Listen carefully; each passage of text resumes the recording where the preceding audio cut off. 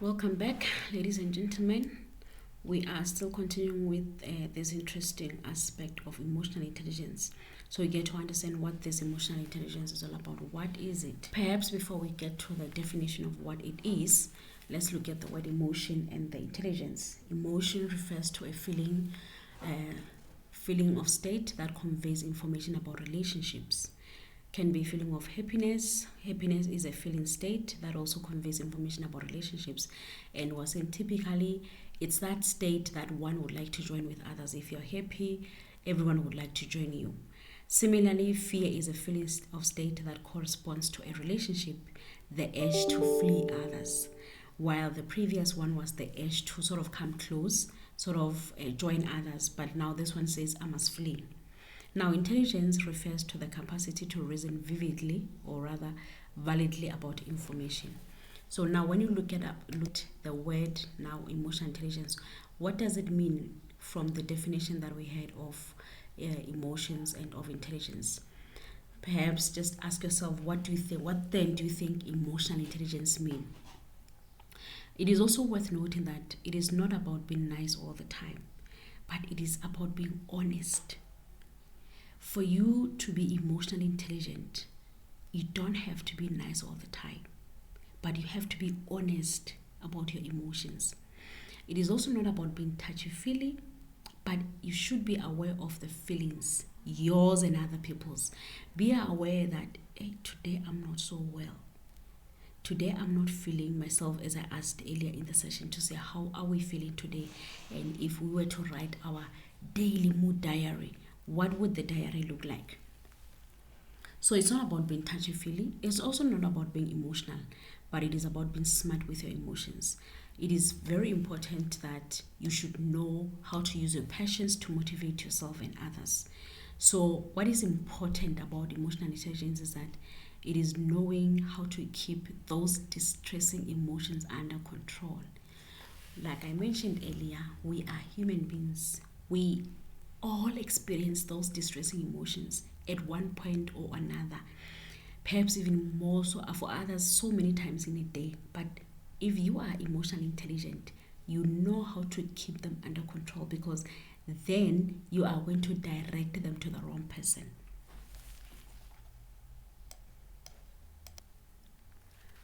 So now here's what Aristotle says. He says anyone can become angry, and that is very easy.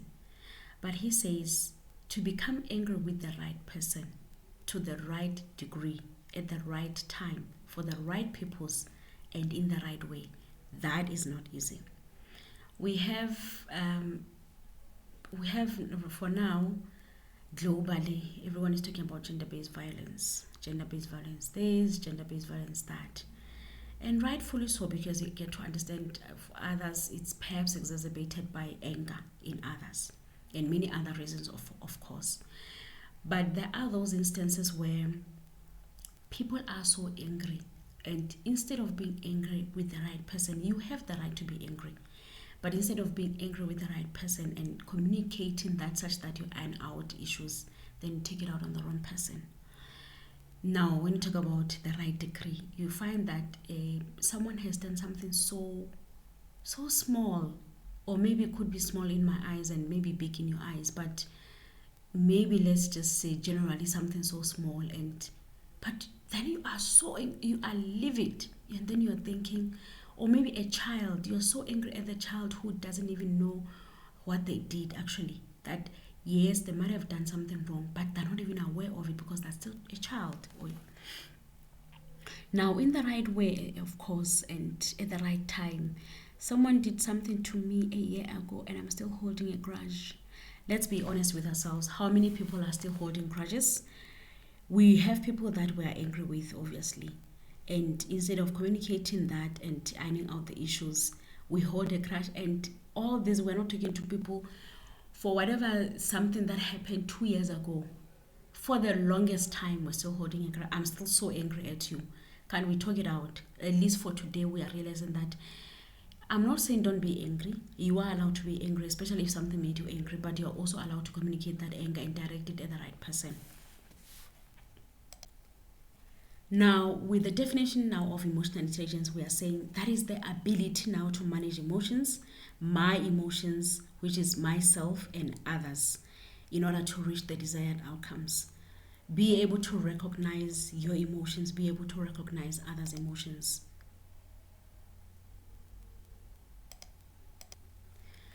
Is the capacity for recognizing our own feelings and those of others, for motivating ourselves, for managing emotions well in ourselves and in our relationships. This is what emotional intelligence is all about.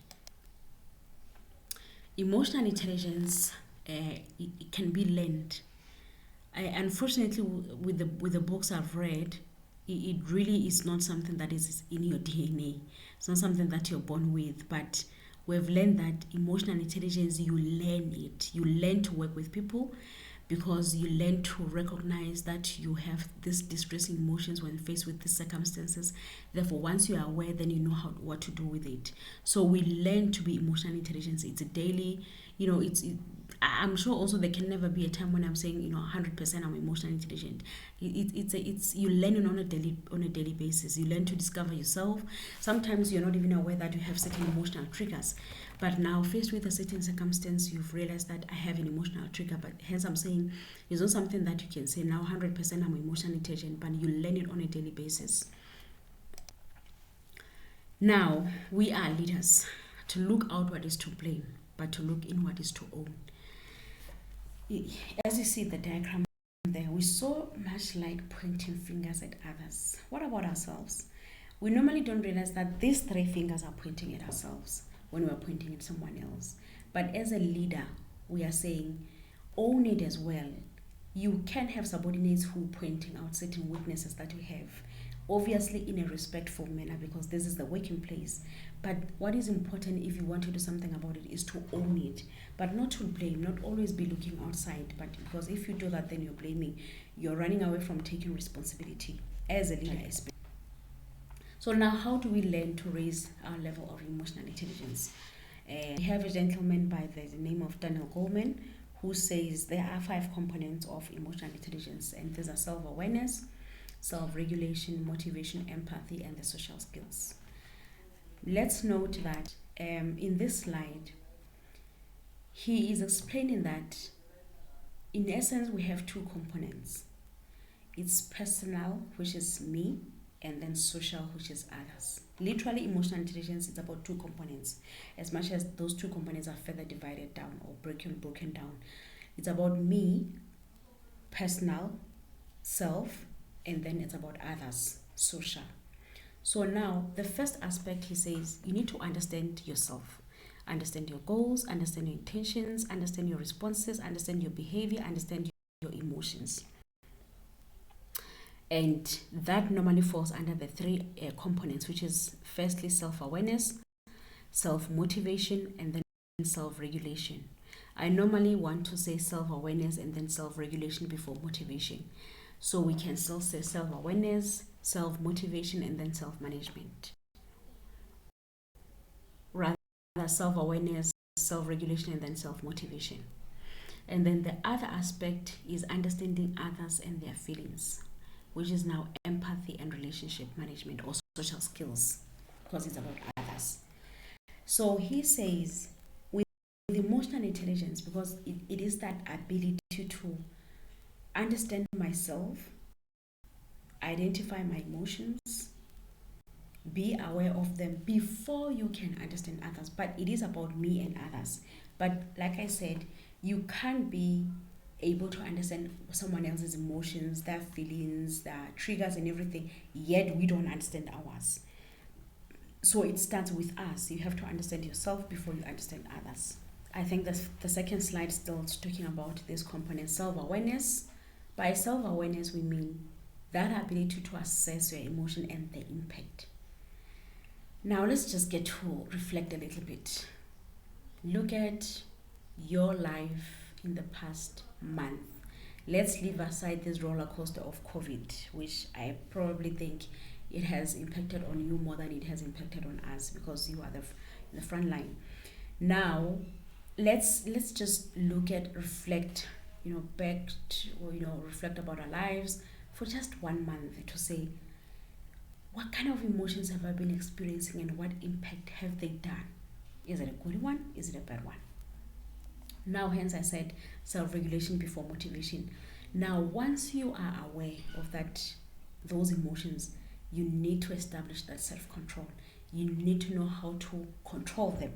You need to know how to direct them towards the right people. You need to know how to manage them. You need to know how to breathe in and out, and so on and so forth. Then the self-motivation will be that desire to achieve success. Then empathy is that ability to understand the feelings of others. And then relationship management, it's the ability to apply the above in the social situations. This is all about what emotional intelligence is all about. This is how we learn. This is how we increase our level of emotional intelligence. We probably do have it. Yes, but is it low? Is it high? That's why I said that exercise was about gauging to say, how high is my level of emotional? Am I aware of how I react when faced with certain in situations or circumstances?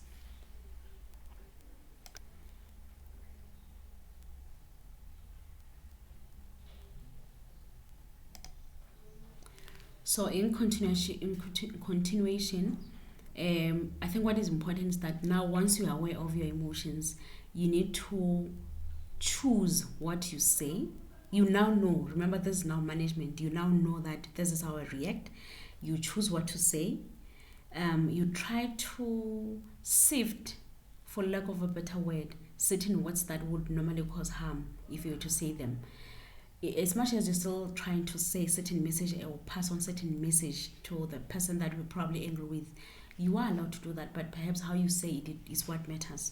And then also relationship management, which I said it is about understanding other people and also using what now you have learned to converse and relate with other people, the social skills, in short. Now, oh yes, I think I'll see you just now in the next session. Thank you.